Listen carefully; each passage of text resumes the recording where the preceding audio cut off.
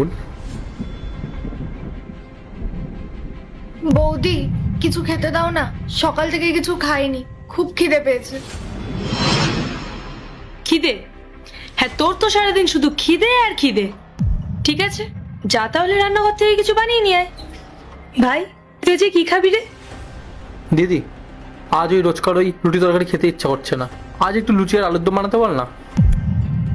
শুনলি তো, যা, আজ আমাদের ভালো কিছু খেতে ইচ্ছা করছে, লুচি আর আলুর দম বানিয়ে নিয়ে আয়। যা যা, তাড়াতাড়ি যা।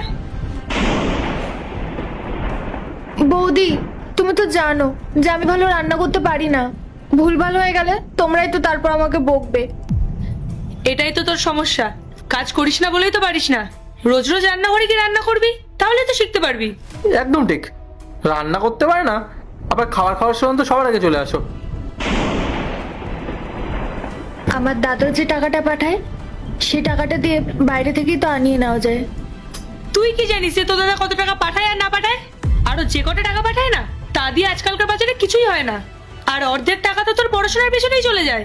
কখনো এই পরীক্ষা, কখনো এই প্রিপারেশন, কখনো ওই কোচিং, কখনো দামি বই, সব টাকা তো ওখানেই বেরিয়ে যায়। এবার একটু নিজের হাতে কাজ কর, তাহলে সংসারের খরচটা কমবে। তোমরা আমাকে কোথায় টাকা দাও বৌদি? আমি যাতে ভালো করে পড়াশোনা করি তার জন্য একটা ভালো কোচিং এ ভর্তি করিয়েছো, একটা নতুন বই সেটা পর্যন্তও কিনে দাওনি। এই, একদম বেশি কথা বলবি না, সব টাকা তোর পেছনেই যায়। রাহুলের কল আসছে, একটা এক্সট্রা কথা যেন মুখ দিয়ে না বেরোয়। হ্যালো রাহুল। পায়েল, বোন কোথায় আছে? ও ঠিক আছে তো? হ্যাঁ গো, ও তো নিজের ঘরে বসে মন দিয়ে পড়াশোনা করছে। আচ্ছা, ওর সাথে একটু কথা বলো তো। হ্যাঁ, এখনই দিচ্ছি, দাঁড়াও।